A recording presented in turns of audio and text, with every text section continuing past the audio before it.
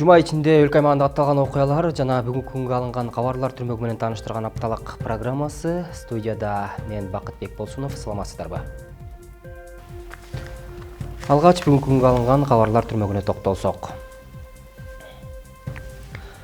Кыргыз Республикасынын президенти Садыр Жапаров бүгүн 10 декабрда адам укугун коргоо эл аралык күнүнө байланыштуу кайрылуу жолдоду. Бул тууралуу президенттин басма сөз кызматы билдирет. Мамлекет башчысынын кайрылуусу төмөндөгүчө. Ардактуу мекендештер, кымбаттуу кыргызстандыктар, 1948 жылдын 10 декабрында Бириккен Улуттар уюму тарабынан алгачкы эл аралык документ адам укуктарынын жалпы декларациясы кабыл алынган. Анда инсандын негизги укуктары жазылып, алар менен бирге эркиндигин да коргоонун негизги принциптери түзүлгөн. Азыркы учурда аталган документ жана анын жоолору мамлекеттин демократиялык негиздерин бекемдөөдө чечүүчү ролду ойнойт. Кыргыз Республикасы дүйнөлүк шериктештиктин адамдын жана жарандын укуктарын чыңдоо, зомбулуктан коргоо, тургундарга татыктуу жашоо шарттарын камсыз кылууга байланышкан демилгелерди колдоого алган тең укуктуу мүчөсү. Кыргызстандын мыйзамдарына ылайык күчүнө кирген эл аралык укуктук жалпы таанылган принциптери жана ченемдери өлкөнүн мыйзамдар тутумунун ажырагыс бөлүгү болуп саналат. Бүгүн биз жашообузду адамдын жана жарандын укуктары менен эркиндигин коргоодогу демократиялык баалуулуктарсыз элестете албайбыз. Мындай жетишкендиктердин ишеничтүү өбөлгөсү аларды мындан ары чыңдоо. 1993 жылдын майында конституциялык түзүлүштүн негиздеринин катарында адамды, анын укуктары менен эркиндигин жогорку асыл нарк деп жар салып, Кыргыз Республикасы укуктук мамлекетти андан ары өнүктүрүү жолуна түшкөн. Негизги мыйзам өзүнө эл аралык тажрыйбаны камтып, өлкөнүн саясий жана социалдык экономикалык өнүгүүсүндөгү жаңы тепкичти белгиледи. Акыркы жылы мамлекеттин жетекчилиги астында өлкөнү өнүктүрүү боюнча жаңы кадамдар кабыл алынды. Республиканын тургундарынын экономикалык жана социалдык укуктарын жүзөгө ашыруу үчүн ишенимдүү пайдубол түптөлдү. Ошондуктан жарандардын аталган жааттагы укуктарын орундатуу үчүн шарттарды түзүү, балдарды колдоо, үй бүлөлүк бакубаттыкты түзүү, пенсия курагындагы жарандарга чыныгы кам көрүү баардык деңгээлдеги бийлик түзүлүштөрүнүн биринчи кезектеги милдети болуп калды. Динине, жынысына, улутуна, тилине, саясий көз караштарына карабастан ар бир кыргызстандыктын укуктары менен эркиндигин камсыз кылуу жана коргоо Конституция менен кепилденген. Мындай укуктук мамлекетибизди андан ары өнүктүрүү Кыргызстандын баардык бийлик бутактарынын жана жергиликтүү өз алдынча башкаруу органдарынын жалпы максаты. Чыныгы укуктук коомду курууга багытталган жолду жеңил деп айтууга болбойт. Ар бирибиз экономикасы туруктуу жана социалдык саясат өнүккөн мамлекетти курууга өбөлгө түзүү үчүн баардык күчүбүздү жумшашыбыз керек. Биз күч аракеттерибизди бириктирип, Кыргыз Республикасынын жарандарынын укуктарын жана эркиндигин сактоо аркылуу гана абалды жакшы жагына өзгөртө алабыз деп ишенем. Баардык кыргызстандыктарга чын ниетимден тынчтык, бейкуттук, ден соолук, бакубаттык жана эртеңкиге болгон ишенимди каалайм. Министрлер кабинетинин төрагасынын орун басары Эдил Байсалов коронавирус инфекциясына каршы күрөшүү боюнча ыкчам штабтын кезектеги кеңешмесин өткөрдү. Бул тууралуу Министрлер кабинетинин басма сөз кызматы билдирет. Кыргыз Республикасынын саламаттык сактоо министрлигинин маалыматы боюнча өлкөдөгү эпидемиологиялык абал туруктуу. Жолугушуунун жүрүшүндө учурдагы эпидемиологиялык абал каралып, жарандарды эмдөөгө тийиштүү маселелер талкууланды. Атап айтканда, акыркы жумаларда вакцинация боюнча эң жогорку көрсөткүчтөр Ысык Көл облусунда байкалууда. Ошол эле учурда күч түзүмдөрү жана мамлекеттик кызматкерлер арасында вакцинация темпин тездетүү зарылдыгы белгиленди. Мындан тышкары, штабтын катышуучулары омикрон штаммын алып кирүүгө жана аны жайылышына жол бербөө боюнча кабыл алынып жаткан чараларды талкуулады. Эдил Байсалов штабтын мүчөлөрүнө жаңы штаммдын тез жайылышын алдын алуу максатында натыйжалуу иш-аракеттер алгоритмин иштеп чыгуу зарылдыгы тууралуу дагы бир ирет эскертти. Эдил Байсалов белгилегендей, Министрлер кабинети мамлекеттик чек араларды жабууга каршы, ага байланыштуу COVID-19 жаңы штаммын алып кирүүгө жана анын жайылышына жол бербөө боюнча чараларды күчтөндүрүү зарыл. Жакынкы арада республикага келген баардык жактардын маалыматын электрондук түрдө каттоого киргизилет. Буга катар саламаттык сактоо министрлигине чек араны кесип өткөндөр үчүн ПЦР тести тапшыруу мөөнөтүн 72 сааттан 48 саатка чейин кыскартуу маселесин карап чыгуу тапшырылды. Бишкекте Россиянын Кыргызстандагы элчиси жана Кыргызстандын эмгек, социалдык камсыздандыруу жана миграция министринин катышуусунда Россиянын буудай уну түрүндөгү азык-түлүк жардамын тапшыруу аземи болот. Россиянын Кыргыз Республикасындагы элчилигинин маалыматына караганда, азык-түлүк муктаж үй бүлөлөргө максаттуу бөлүштүрүүгө арналган. Бул долбоор Россия Федерациясынын 2020-2021 жылдагы Бириккен Улуттар уюмунун бүткүл дүйнөлүк азык-түлүк программасына $9 миллион өлчөмүндөгү ыктыярдуу, максаттуу салымдын алкагында ишке ашырылууда. Кыргызстандын товарлардын тышкы жана өз ара соодасынын көлөмү 2021-жылдын январ-октябрында 5,7 миллиард долларды түзүп, 2020-жылдын январ-октябрына салыштырмалуу 21,2%га көбөйдү. Бул тууралуу Улуттук статистика комитетинин жыйынтыктоо иштери, коммуникациялар жана статистикалык маалыматты жайылтуу бөлүмүнүн башчысы Чынара Турдубаева брифингде билдирди. Анын айтуусуна караганда, мында экспорттук жөнөтүүлөр 19,7%га азайды. Ал эми импорттук келип түшүүлөр тескерисинче 43,7%га жогорулады. Кыргыз Республикасынын ЭЭПке мүчө мамлекеттер менен өз ара соодасынын көлөмү 2021-жылдын январ-октябрында 2,7 миллиард АКШ долларын түздү жана 2020-жылдын январ-октябрына салыштырганда 33,8%га өстү. Мында экспорттук жөнөтүүлөр 35,3%га, ал эми импорттук келип түшүүлөр 33,3%га жогорулаган деп түшүндүрдү ал. Кече 9 декабрда Каир шаарында Кыргыз Республикасынын Тышкы иштер министринин орун басары Айбек Артыкбаев билим берүү, илим жана маданият боюнча Ислам уюмунун Египет Араб Республикасынын президенти Абдель Фаттах ас-Сисинин колдоосу астында өтүп жаткан башкы конференциясынын 42-сессиясына катышты. Бул тууралуу Тышкы иштер министрдин басма сөз кызматы билдирет. Маалыматка ылайык, конференцияда министрдин орун басары Артыкбаев сөз сүйлөп, уюмдун Кыргызстандын билим берүү системасындагы орду чоң экендигин жана анын мусулман өлкөлөрүндөгү орчундуу ордун белгиледи. Ошону менен бирге ал ИССКго мүчө өлкөлөр жана уюмдун жетекчилигин билим берүү программаларын жакшыртуу, тарыхый маданий мурастарын сактоого жана достук байланыштарды мындан ары дагы бекемдөөгө чакырды. Бул иш-чаранын алкагында Кыргыз делегациясынын башчысы, Египет Араб Республикасынын жогорку билим берүү жана илимий изилдөөлөр министри профессор Халет Абдель Гаффар, ИССКнын башкы директору доктор Салим Ал Малик жана Египет Араб Республикасынын тышкы иштер министринин орун басары Айман Али Камел менен эки тараптуу жолугушууларды өткөрдү. Маалымат үчүн айтсак, ИССК Ислам кызматташтык уюмуна мүчө өлкөлөрдүн билим берүү, илим, маданият жана коммуникация маселелери менен алектенген, адистештирилген орган. Уюмдун штаб-квартирасы Марокконун Рабат шаарында жайгашкан. Ош шаарынын активдүү жаштары эшкердиктин түрлөрүн үйрөнүп, бул жаатта такшалган адистердин тажрыйбаларына ээ болушту. Life Plus коомдук фонду тарабынан уюштурулган тренингде стартап жеке эшкердикти баштоо үчүн каражаттарды кантип алса болот, өзүн өзү өнүктүрүү жана социалдык ишкердик, аялдардын ишкердиктеги ролу тууралуу билимдерди өздөштүрүштү. Жаш ишкерлер бул тармакты кантип алып кетүүнү билбей турганда, бул багыт берүүчү иш-чаранын зарылдыгын уюштуруучулар белгилешет.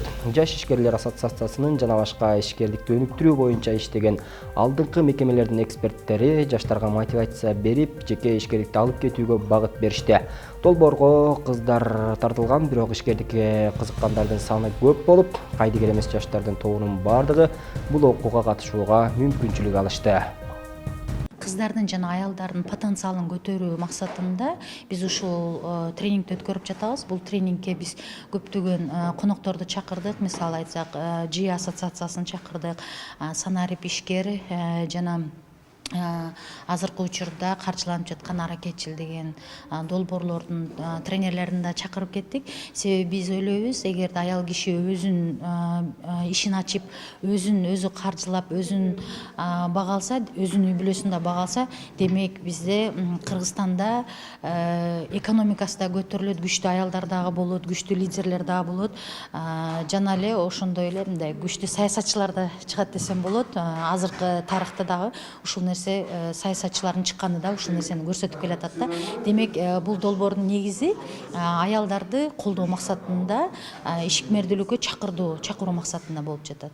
Кантип башташ керек, эмнеден башташ керек, инвестиция деген нерселер бар экен. Биз билбеген көптөгөн маалыматтар бар экен. Мисалы, инвестицияны каерден кылыш керек, акчаны каерден алыш керек, же болсо көпчүлүк жаштарда бир ой бар да, азыр бизнес башташ үчүн акча керек, акчадан керек деген. Ошо көп деле акча керек кетпешин жана акча негизи керек болбошун азыр түшүндүрүп атат. Ошондой психический барьер деп коет. Бул тоскоолдуктар, ошол нерселерди жеңүү боюнча деле маалыматтар берилип атат азыр. Программабызды улантабыз, эми кезекти кабарчыларыбыз даярдаган баяндарга берсек.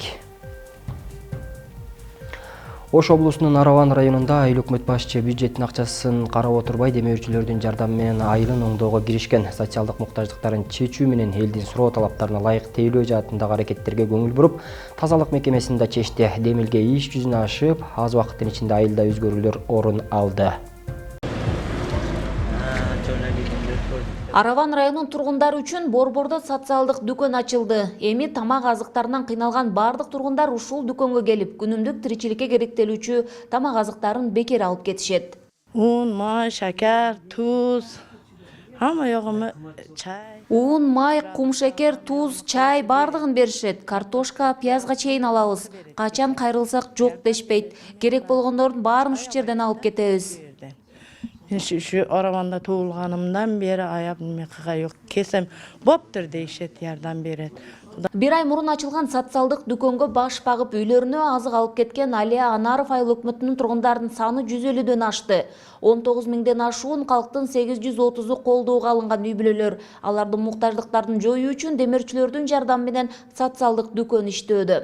Азыр өтө продукталар бар жок немелер көтөрүлүп кеткендигине байланыштуу көп социалдык паспорту бар жарандарыбыз кыйынчылык болуп атат. Көбү муктаж болуп жардам сурап өкмөткө кайрылып атат. Ошого өкмөт башчыбыз мобильный топ түздү атайын. Мобильный топ айылдарда жүрүп демөөрчүлөргө кайрылып ушул магазинди ачты. Бул магазинди айыл өкмөтүнүн бюджетинен ачкан жок. Буну демөөрчүлөр ачты. Мисалы бүгүн эле унубузду көп калды эле, кайра эле 150 кап un берди бир эле адам. Айыл өкмөт бюджеттен бир да тыйын коротпой, демөөрчүлөрдүн жардамы менен айылдыктарга жардам бере баштаган. 3 даана мына бул автобустар эми калкты бекер ташыйт. 2 миллион 500 миң сомду түзгөн автобустар жаңы Орусиядан чыгарылган. Чет өлкөдө эмгектенип жүргөн мигранттардын жардамы менен элди ташуу үчүн автобустарды сатып алышты. Ал эми бул жаңы аялдамаларды жакында гана куруп бүтүштү. Жалпы суммасы 1 миллион 890 миң сомду түзгөн 50 даана аялдамалар бардык шарты менен курулат. Шарты менен кышындасы жылуу, жайындасы салкын. Жылуу деген себеби кондиционер коюлат бул жерге азырдагы, камера орнотулат. Элдерге өтө мындайча айтканда ыңгайлуу болот да. Араван Ош жолуна таштанды таштаба деген белги коюлган. Бул белгилерди орнотуу үчүн 200 миң сомго жакын акча каражаты сарпталган. Мигранттар тарабынан болсо 600 миң сомдук акча каражаты жыйналып, 30 даана таштанды жыйноочу евро контейнерлер сатылып алынды. Бюджеттен акча каражаты иштеткенибиз жок. Себеби биз бюджеттен иштесек тендер беришибиз керек. Анан чозулуп кетет. Акимдин заданиясы, биздин аким заданиясы тез элдин ичине кириш керек, элге ыңгайлуу шарттар жаратыш керек дегенден биз демоочулардан суранып атып ушу иштерди жасадык. Калктын муктаждыктарын четинен жоюп баштаган айыл өкмөттүн демилгелери башкаларга үлгү катары көрсөтүлүп, жакындан тарта айыл башчы өлкө боюнча жасалып жаткан иштер тууралуу семинарда өтөт. Гүлжан Ажыматова, Бектур Калыбек уулу, Ош облусу. Өлкөдө жашы жетелик өспүрүмдөргө карата зомбулук күчөдү. Акыркы 9 ай ичинде республика боюнча 326 жашы жетелик өспүрүмдөргө карата зордук зомбулук катталган. Зомбулук балдардын тагдырына балта чаап, алардын жашоосуна жана саламаттыгына терс таасир тийгизет. Адистер зомбулукка туш болгон өспүрүмдөр менен жылдар бою ар тараптан жардам берип иш алып баруу зарыл дешет. Кыргызстанда акыркы убактарда жашы жетелик өспүрүмдөргө карата сексуалдык зомбулук күчөдү. Сокулук районунун Исмайыл айылында 5 декабрь күнү 16 жаштагы жаш өспүрүм кыз айылдашы тарабынан ур токмокко алынып зордукталган. Бул факт кылмыштарды бирдиктүү реестрине жазык кодексинин 154-беренеси боюнча катталып, сотко чейинки өндүрүш иши башталган. Көп өтпөй шектүү кармалып, бирок белгисиз бир себептерден улам ал эркиндикке чыгып кеткен. Жабырлануучу тараптын жакындары жана айылдаштары Сокулук райондук ички иштер башкармалыгынын имаратынын алдында нааразычылыгын билдирип чогулушкан.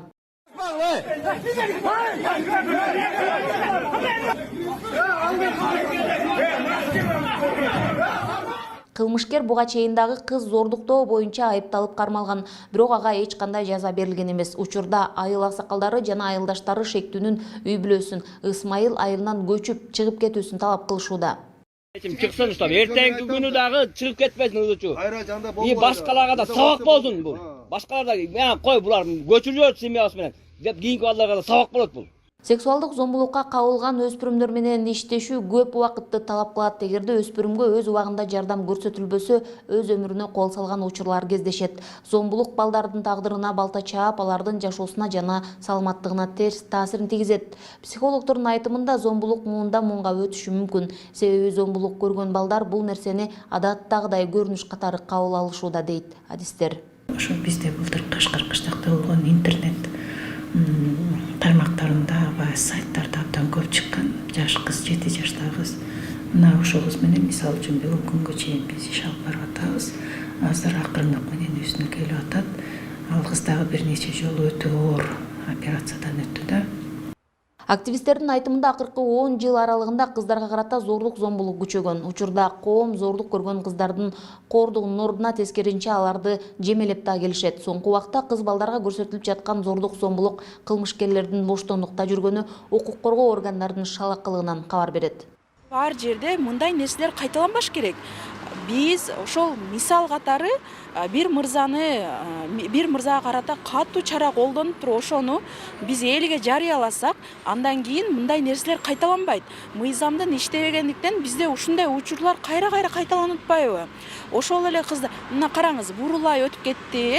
Айзада ушул биздин кыргыздардын милициясына, кыргыздардын органдарына дагы канча бурулай өтүш керек, дагы канча айзада бычакталып, ошол өзүнүн отделенияда өлүш керек. Акыркы 9 айдын ичинде республика боюнча 326 жашы жете элек өспүрүмдөргө карата зордук зомбулук катталган. Алардын ичинен 90 факт Борбор шаар, Бишкек шаарында катталды. Учурда 112 иш иликтенип, 158 токтотулган. Сотко 47 кылмыш жөнөтүлдү. Маалым болгондой, зордук зомбулук кыз балдарга көбүрөөк болууда. Гүлжан Ажиматова, Бектур Калыбек уулу, Ош шаары. Кыргызстандын 94%-ын тоолор ээлейт. Андыктан бул мүмкүнчүлүктү колдон чыгарбай, кышкы туризмди жолго салып, ички жана чет элдик туристтерди тартуу максатында Кыргызстан Швейцария өкмөтү менен биргеликте кышкы туризмди туруктуу өнүктүрүү долбоорунун алкагында иш жүргүзүүнү жолго коюуда. Тараптар мунун алкагында 2-декабрда Ысык көл облусунун Каракол шаарында болуп, Швейцария Кыргызстандагы кышкы туризмди туруктуу өнүктүрүүгө 320 миллион сом бөлгөнүн билдирди. Темага кабарчыбыз токтолот. Көл облусунун Каракол шаарында жайгашкан Каракол тоо лыжа базасы деңиз деңгээлинен 2300 метр бийиктикте жайгашып, базанын эң бийик орду 3040 метрге чейин жетет. Ажайып кооз табигаты, таза абасы, жогорку сапаттагы тейлөөсү, түзүлгөн шарты жана жеткиликтүү баалар менен лыжа, сноуборд, өңдүү экстремалдуу кышкы спорт сүйүүчүлөрүн дүйнөнүн кайсы булуң бурчунда жашабасын туристтерди өзүнө тартып келет. I love Kyrgyzstan, I love Karakol.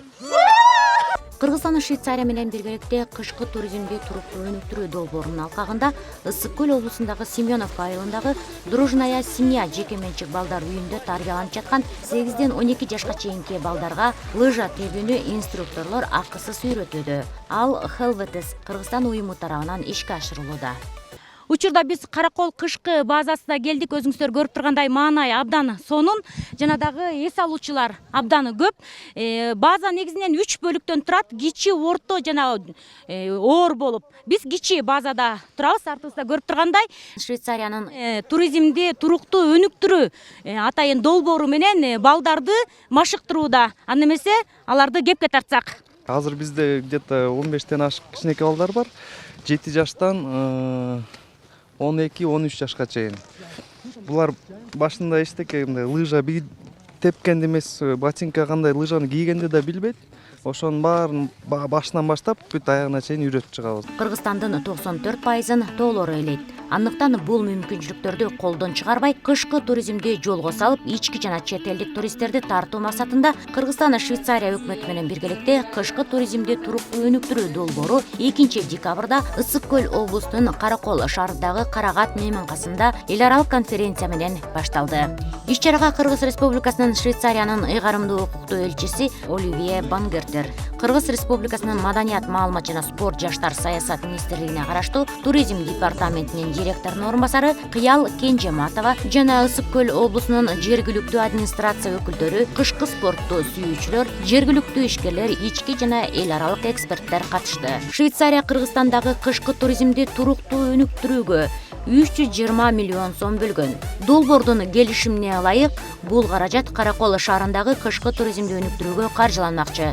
Кыргызстанда туризм өсүп өнүгүшүнө шарт түзүп, ошондой эле жергиликтүү ишкерлер киреше булактарын түзө алат, дейт Швейцариянын ыйгарымдуу укуктуу элчиси Оливье Бангертер.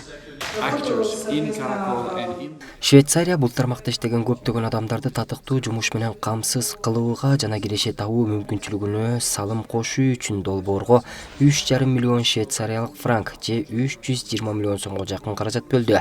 Долбоор Каракол шаарында лыжа тебүү, муз тебүү, сноуборд тебүү жана башка кышкы спорттун түрлөрүн өнүктүрүүгө көмөктөшөт. Кийин өлкөнүн башка аймактарында да өнүктүрүлөт. Иш-чарага Кыргызстандын бийлигинин, эл аралык уюмдардын, туристтик бизнестин, жарандык жана эксперттик коомчулуктун өкүлдөрү катышты. Аталган долбоор 2021-2025 жылга чейин уланып, 3 фазаны камтыйт. Азыркы учурда Кыргызстандын туризм дарамети бир 20%га чукул эле колдонулат. Эми мен ойлойм, айрыкча кышкы туризмдин дарамети болсо андан да азыраак колдонулат десек болот да бүгүнкү күндө. Бирок акыркы 5-6 жылдын ичинде биз Кыргызстанда кышкы туризмди өнүктүрүүгө бир топ мындай активдүү иш-аракеттер жүргүзүп, учурда ошол кышкы мезгилинде дагы туризмди жогорку деңгээлде өнүктүрүп, мисалы тоо лыжа базаларынын иштешине, ошондой эле туризмде инфратүзүмдүн жакшырышына арналган бир топ иш-аракеттерди жүргүзүп атабыз да. Маалымат үчүн айта кетсек, Кыргызстанда жалпысынан 23 тоо лыжа базасы бар. Анын ичинен учурда 17 иштейт. Заманбап тоо лыжа базалары негизинен Чүй жана Ысык көл облустарында жайгашкан. КМШ өлкөлөрүнүн ичинен Кыргызстандагы лыжа базалары тоо койнунда жайгашып, табиятынын ажайып кооздугу, асман тиреген ак кар жамынган зоокалары, тоо борунда чубалжыган карагайлары, жумшак климаты, албетте кышы бою тоңбогон керметтүү Ысык көлдүн пейзажы менен лыжа тебүүчүлөргө өзгөчө рахат тартуулайт. Андан тышкары баасы өтө кымбат эмес. Сапаттуу тейлөөсү менен дүйнөдөгү көптөгөн туристтерди өзүнө тартып келет. Абхазия Республикасынын мамлекеттик номерлүү автоунаалары токтотулган. Учурда Абхазиядан келген унаалар өлкө аймагында эч кандай каттоосуз мыйзамга каршы эле жүрүп келүүдө. Бул унааларды биздин өлкөдө эч кандай каттоого мүмкүн эместигин тиешелүү адистер айтышат. Абхазияны өзүнчө мамлекет катары дүйнөнүн көпчүлүк өлкөлөрү, анын ичинде Кыргызстан дагы тааныган эмес. Ушул жылдын 16 мартынан тартып Ички иштер министрлигинин мамлекеттик жол кыймылын камсыздоо башкы башкармалыгынын кызматкерлери менен бирдикте кыргыз жарандарынын башкаруусундагы Абхазия Республикасынын мамлекеттик номерлүү автоунаалары токтотулган. Бирок арадан көп өтпөй унаалар элдин нааразычылыгын эске алуу менен айып короодон кайра чыгарылган. Учурда Абхазиядан келген унаалар өлкө аймагында эч кандай каттоосуз мыйзамды көзгө илбей жүргөндүгү айдан ачык. Бул унааларды биздин өлкөдө эч кандай каттоого мүмкүн эмес экендигин тиешелүү адистер билдирет. Бүгүнкү күндө Абхазиядан келген транспорт каражаттарын бизге кайрылбайт. Келген чакта да биз аларды каттоого ала албайбыз. Себеби дегенде основной оң рулдар келип атпайбы, Альфа, ошондорчу. 2015 жылы указ президент менен Кыргызстандын аймагына алып кирүүгө тыюу салынган. Бүгүнкү күндө эч кимиси алып келбейт, алып келе албайт, алып келген менен бизге эч кандай каттоого да кое албайт. Каттоого ала албайбыз дагы. Бирок жарандарыбыз бүгүнкү күндө бизге Абхазиядан алып келдик деп кайрылган жок.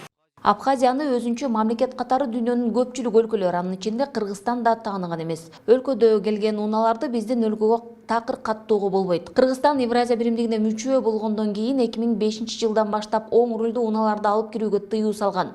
Андан бери бир нече ирет коррупциялык схема менен тыштан оң рулдуу автоунааларды алып кирүү аракеттери катталган. Бирок Кыргызстанда Абхаз номери менен жүргөн автоунаалардын ээлери унаны өзүнө каттатып, башка бирөөгө сатып же болбосо убактылуу айдап турууга да бере албайт. Анткени Абхазиядан келген унаалар Евразия биримдигинин товары болуп эсептелбейт. Бажы кызматынын басма сөз катчысы Гүлзада Чубакова буларды айтты.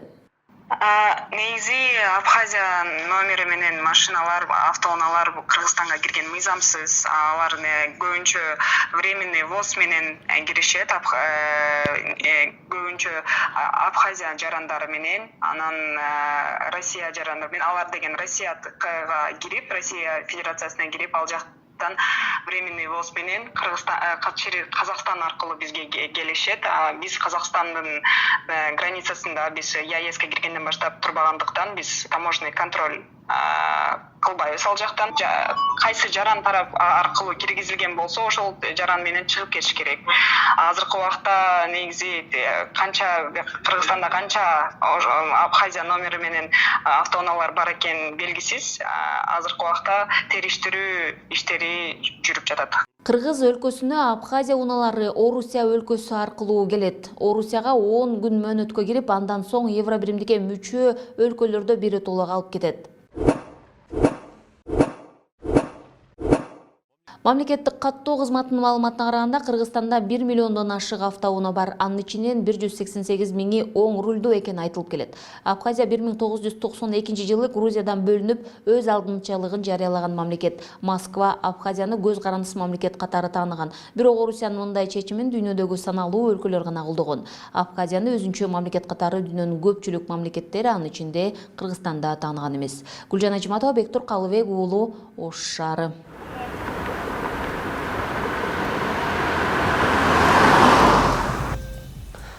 Бул апта калган жаңылыктар мына ушулар болду. Ушул жана башка кабарлардын топтому менен www.chekit Asia TV Chekit KG сайтынан жана Facebook, Instagram баракчаларыбыздан, ошондой эле YouTube каналыбыздан таанышып турсаңыздар болот. Ал эми коронавирус илдетине байланыштуу эл көп чогулган жерлерге барбай, гигиеналык эрежелерди сактоого чакырабыз. МКФлерден көрүшкөнчө сиздер менен коштошом. Саламатта туруңуздар.